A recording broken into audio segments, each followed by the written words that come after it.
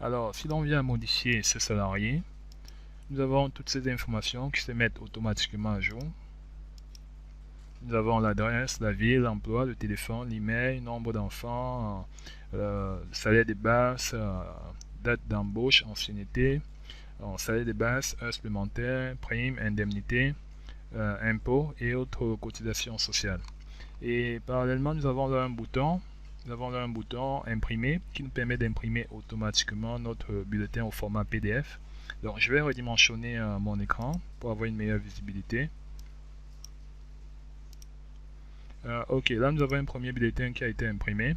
Donc, là, il s'agit du salarié Sophie Dubois. Et la période considérée ici, il s'agit de, on va dire, il s'agit de février. Et je vais faire là imprimer.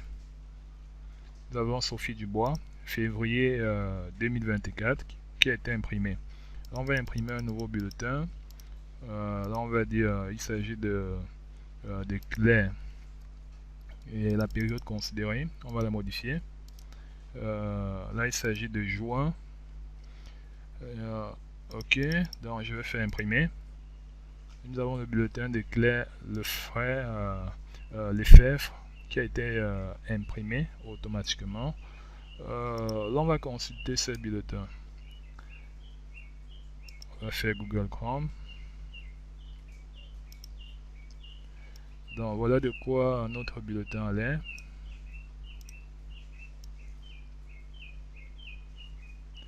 Pas mal, n'est-ce pas? Alors, salut à toi et bienvenue dans cette vidéo. Moi, c'est Gamer4D et aujourd'hui, nous allons voir comment automatiser la gestion de tes bulletins de paie sur Excel. Alors, si tu es nouveau sur la chaîne et trouves le contenu utile et intéressant, je t'invite à t'abonner pour ne rien manquer des futures vidéos sur la chaîne. Également, je t'invite à liker la vidéo et à la partager. Cela permet de faire grandir la chaîne. Allez, on est parti. Très bien, nous partirons de ce fichier. Je vous laisse ce modèle en téléchargement dans la zone de description. Donc, nous avons là un fichier Excel avec deux feuilles. La première feuille où repose notre bulletin modèle. Et la seconde feuille contenant nos données. Donc là, nous avons nos différents salariés, nom, adresse, ville, téléphone, email, fonction, statut matrimonial, nombre d'enfants, date d'embauche, salaire de base, indemnité, prime d'ancienneté, indemnité de transport, impôts, heures supplémentaires. Ok, donc nous allons tout d'abord ici récupérer ces données. Donc nous allons dynamiser cela. Là, je vais me positionner dans la cellule nom et prénom. Nous allons nous rendre dans données. Et là, nous allons faire validation de données. Donc là, je vais faire liste et sources. Je vais ici spécifier maintenant mes différents noms salariés. Cette plage et je fais entrer. Donc là, nous avons à présent nos différents salariés. Ok, et pour ce qui est de l'adresse, du champ adresse, nous allons faire là égal recherche V. Le premier caractère ici, dans la recherche V, elle attend 4 arguments. Le premier argument, il s'agit de la valeur cherchée, qui est ici le nom salarié. Nous allons faire point virgule. Point virgule. Le second argument, il s'agit de la table matrice ou table de données. Donc nous allons renseigner ici cette table. Donc je vais sélectionner cette plage. Ok. Et nous allons la figer. Donc nous allons figer cette plage avec des dollars. Donc là je vais faire F4. Donc, nous avons des dollars devant la colonne et le numéro de ligne. Ok, et comme troisième argument, nous allons indiquer ici le numéro de colonne.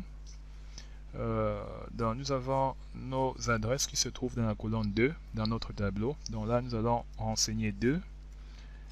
Quatrième argument, je vais renseigner 0 pour valeur correspondante. Donc là c'est la valeur logique. Et je fais entrer. Là nous avons France. Ok. Et donc je vais copier Je vais copier cette formule. Je copie et je fais entrer pour m'assurer que cette formule demeure dans la cellule adresse. Et dans ville, je vais renseigner la même formule. Là, je fais entrer. Emploi, je vais renseigner la même formule. Téléphone, la même formule. Email, la même formule. Email, on va renseigner la même formule. Nombre d'enfants, on renseigne la même formule. Et date d'embauche, on va renseigner la même formule. Ok. Et pour ce qui est du salaire de base, le taux, on va renseigner la même formule. Ok. Et à ce stade, on va intégrer ici la fonction si-erreur. Dans si-erreur, on va faire la point-virgule et vide. Donc, si on a une erreur, là on aimerait qu'Excel nous renvoie un champ vide au lieu de valeur erronée. Ok. Donc là, pour ce qui est du champ ville, le champ ville ici se trouve dans la troisième colonne. Donc nous allons modifier uniquement cet argument. Là on va dire colonne 3. Et pour ce qui est du champ emploi, emploi et téléphone, emploi fonction, on a là 1, 2, 3, 4, 5, 6, 6e colonne. Et pour téléphone, 4e colonne. Donc on a là 6e colonne, 6e colonne. Et pour téléphone, 4e colonne. Et pour ce qui est de email et nombre d'enfants, email, on a la 5e colonne. Nombre d'enfants, on a 8e colonne. Email, on a la 5e colonne. Nombre d'enfants, 8e colonne. Et pour ce qui est du champ nombre d'enfants, ici on va concaténer cela avec et commercial. Donc là on va dire enfant. Ok. Et on va veiller à ce qu'il y ait un espace là. Bien. Date d'embauche. Date d'embauche, on a 1, 2, 3, 4, 5, 6, 7, 8, 9. 9e colonne. Date d'embauche, on a la 9e colonne. Et là, le format n'est pas correct. Donc, nous allons retourner dans l'accueil. On va dire ici date courte. Ok. Et pour ce qui est du taux horaire, le taux horaire ici, on a là 1, 2, 3, 4, 5, 6, 7, 8, 9, 10. Donc 10e colonne. 10e colonne. Donc là on a le taux, là on a le salaire. Donc pour obtenir le taux horaire ici, on va diviser cela par le nombre d'heures sur le mois. Ça nous renvoie à cette valeur. On va réduire ici le nombre décimal après la virgule. Ok, donc là on a le taux horaire et c'est en euros. Donc on va passer cela en euros. Ouais, également c'est l'euro. Très bien, et pour ce qui est du champ début, là on va intégrer ici tout d'abord nos dates de début. On va dire 1er janvier 2024, 1er janvier, 1er février 2024. Et je vais sélectionner ces deux dates et tirer vers le bas jusqu'en décembre. Ok, donc là, date de début, on va faire ici données, validation de données. On va dire liste et comme source, on va indiquer cette source. Et je fais entrer. Là, nous allons passer cette source au blanc. Donc là, nous avons désormais nos différentes dates. Et pour ce qui est de date de fin, on va ici, on va courir à la formule, à la fonction fin mois. Et on lui indique comme argument en date de début. Ok, là on ferme la parenthèse. Ok, elle attend deux arguments, oui. Date de départ, point virgule, et le mois de référence. Là on va indiquer 0 pour dire qu'il s'agit du même mois. Donc cela nous envoie à la date de fin du mois de février, dans le dernier jour du mois de février. Si on modifie là, on a notre formule qui fonctionne correctement. Et décembre, 1er décembre au 31 décembre. Et pour ce qui est de l'ancienneté, on va recourir ici à la fonction en date diff qui nous permet de calculer la différence entre deux dates. Donc là, elle attend plusieurs arguments. Le premier argument, date de début. Donc nous allons renseigner date d'embauche. Le second argument, date de fin. Nous allons renseigner ici la date de fin de période. Et le troisième argument, il s'agit du format. Puisque nous aimerions aussi avoir le résultat en année, je vais indiquer Y entre guillemets et je fais entrer. Là on a ce résultat. Là on va changer le format. On va dire, là on aimerait l'avoir en nombre. Et là je vais réduire le nombre de décimales. Dans 9 ans. Et je vais concaténer ce résultat avec et commercial. Donc on va dire, on a 9 ans. 9 ans et on a un espace là. Ok, donc là si je modifie disons la date de fin, la date de début à ce niveau, ça nous donne 8 ans. 1er mai, on a 8 ans. D'accord, et 1er décembre 2024, ça nous donne 9 ans. Ok, et pour ce qui est du là on va récupérer tout d'abord cette formule. Pour ce qui est de l'indemnité de logement, prime d'ancienneté, là on va tout simplement coller cette formule. Prime d'ancienneté, on va coller la même formule. Et ok, et prime de transport, on va coller la même formule. Là la taille, je vais l'ajuster. Ok. Donc, et indemnité de logement, prime d'ancienneté de transport, 1, 2, 3, 4, 5, 6, 7, 8, 9, 10. Salaire de base c'est 10. Alors on a indemnité de logement qui est 11. Prime 12. Indemnité de logement, on a là qui est 11. Et la prime d'ancienneté 12. Et pour ce qui est de indemnité de transport, on a là 13. Indemnité de transport, on a là 13. On a 13. Et là nous avons l'impôt.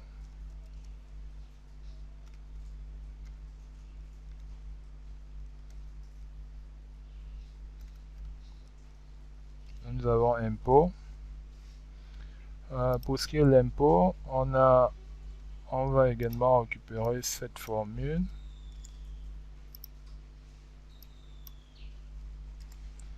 L'impôt, on a l'impôt là dans, on a 13, 14, dans impôt 14. Impôt 14.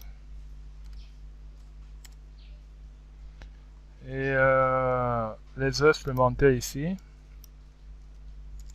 on a 15 et 16. Dans heures supplémentaires là, on a 15.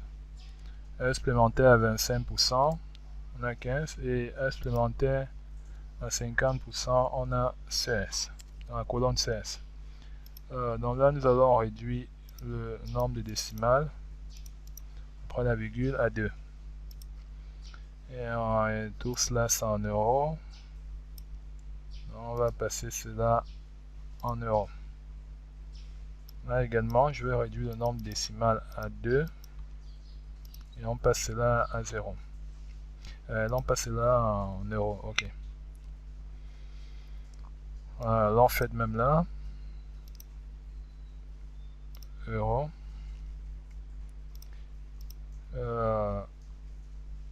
Ok. Et là, il s'agit du mode de règlement, pas virement. La date du jour. On a recours à la formule, à la fonction aujourd'hui qui nous renvoie la date du jour. Et là, nous avons le brut, net imposable et un salarié. Dans le nombre d'heures sur le mois, réalisé sur le mois, qui nous a renvoyé depuis cette cellule. Et pour ces deux variables, on va réduire également le nombre de décimales à 2. Et on passe là, on va dire euros.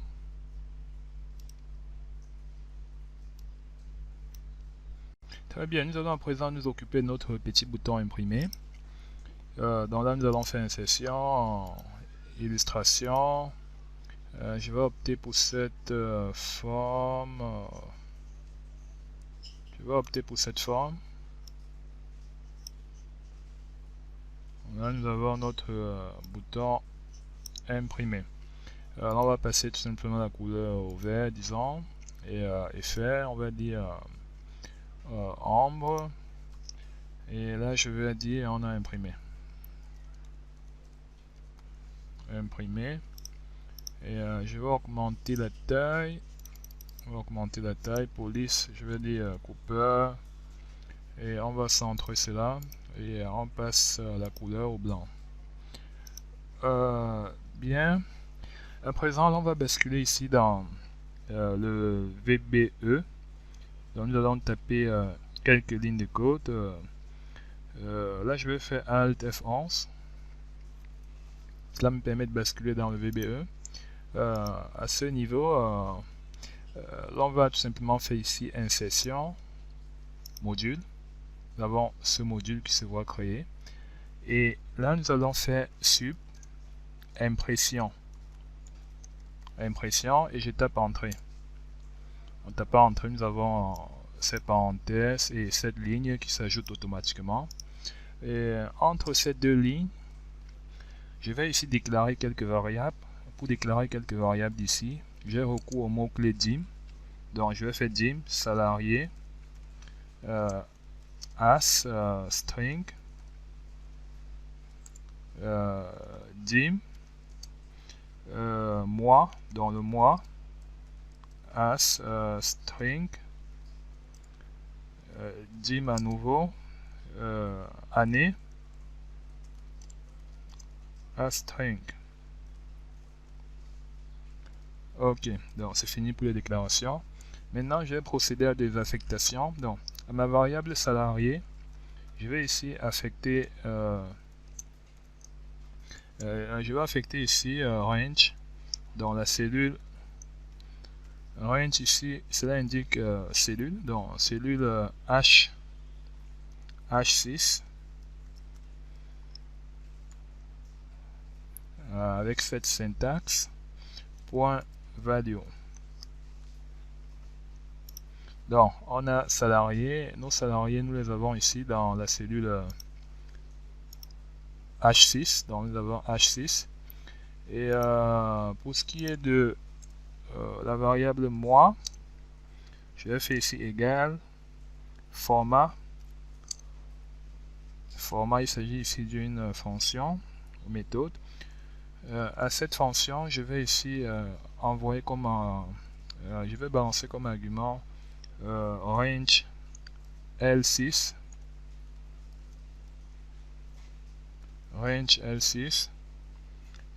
virgule. Là, je vais indiquer le format M, donc M 4 fois pour avoir ici le mois en toutes lettres. Donc, je vais fermer. Et pour ce qui est de année, je vais faire pareil, format,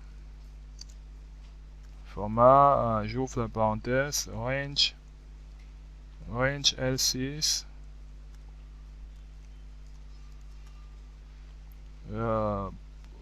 je ferme la parenthèse, virgule, Je vais indiquer ici Y à 4 reprises.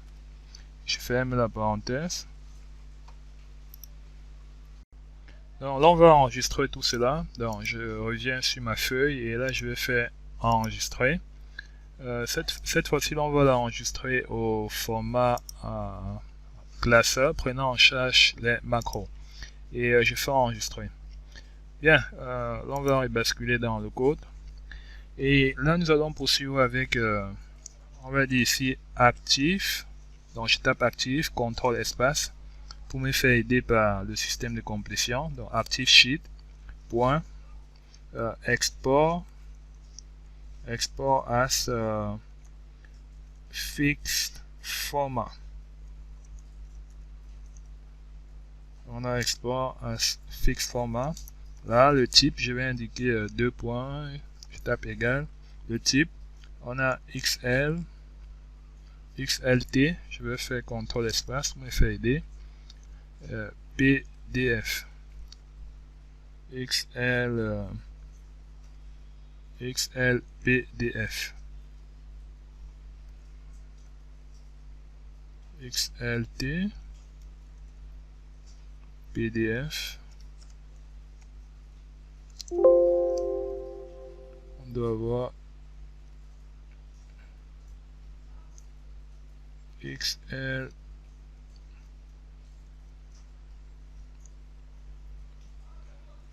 on va faire XL type PDF. Ok. Donc là, je vais faire virgule. Je fais espace et je tape -D8 et je fais entrer pour retourner à la ligne. Là, je vais recourir au second argument. Donc là, je fais file name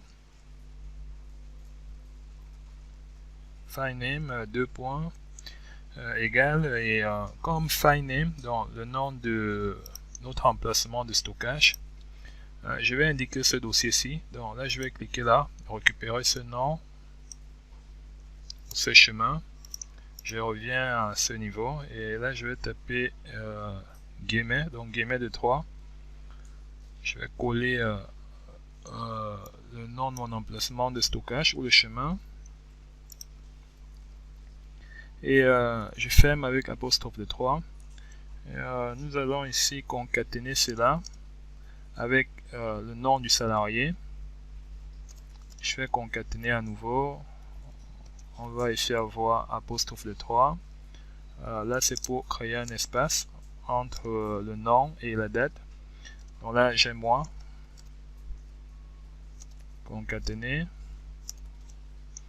Et l'année. On va dire ici, on concatène avec année. Je vais faire virgule, espace, -D8 et je retourne à la ligne. Là, nous allons faire l'argument suivant, on va dire quality, 2 points, égal, XL quality, je fais contrôle espace, me fait aider par le système de complétion, quality standard, ok, oui, virgule, include property, dog property, 2 points, égal, et là je vais renseigner comme argument true pour dire vrai. L'argument suivant, ignore print area. Ignore print area. Donc, on va faire ici 2 points égal false.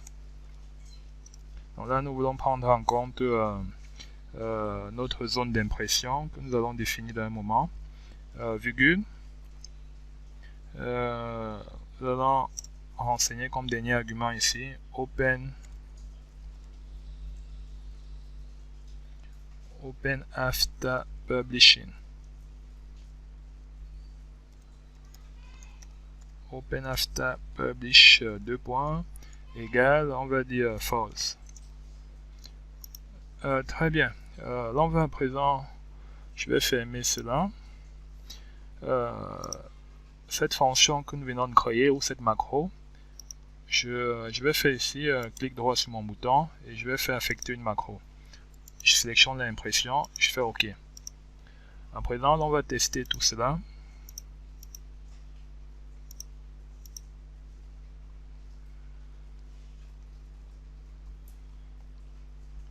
OK.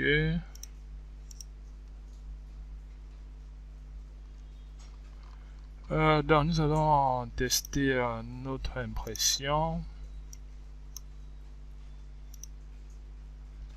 On va dire là, nous n'avons aucun document imprimé.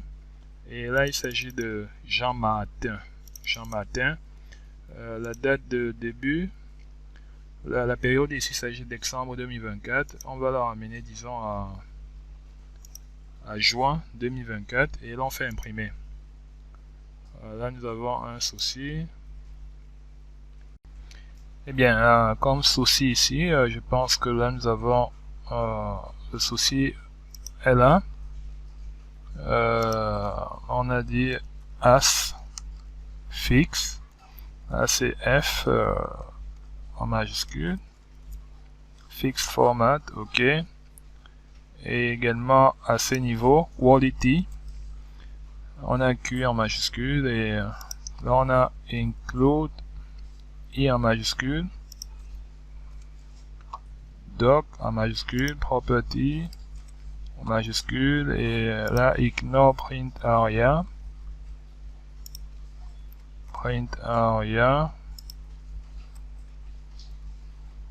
en majuscule et open after publishing,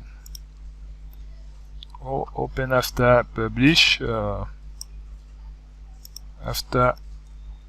publish, donc là nous avons également, je pense là c'est nous avons E en majuscule et format. OK, format. Et là on va tester cela à présent.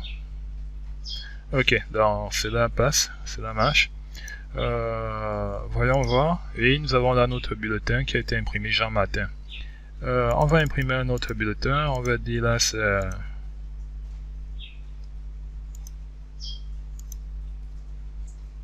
la zone d'impression ici n'est pas bonne. Bon, là nous allons indiquer toute cette zone.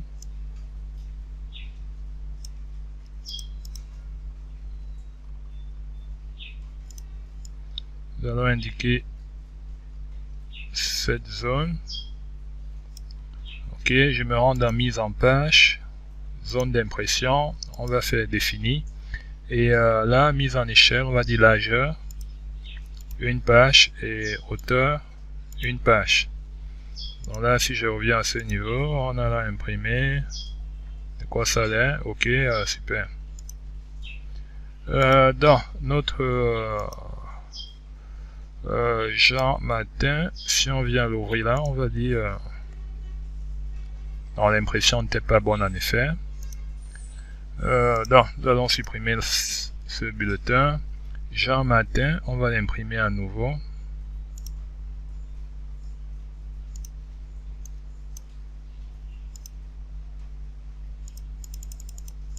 On a Jean Martin imprimé.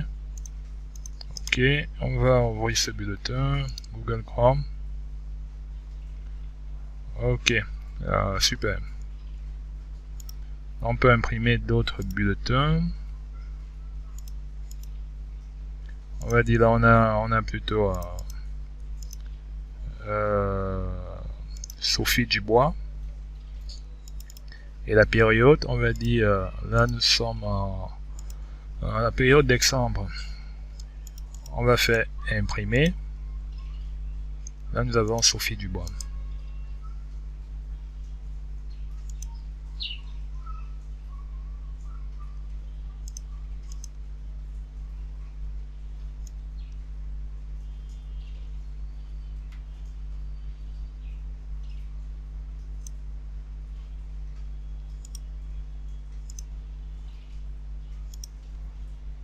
Voilà, c'est tout pour cette vidéo. Pour ceux qui aimeraient aller plus loin avec Excel VBA, Excel dans l'automatisation de leur processus, suivi de la paye ou des salaires, facturation, gestion des stocks, analyse de données, tableau de bord, tableau croisé dynamique ou conception d'applications robustes avec Excel VBA, je vous invite à rejoindre ma formation en ligne.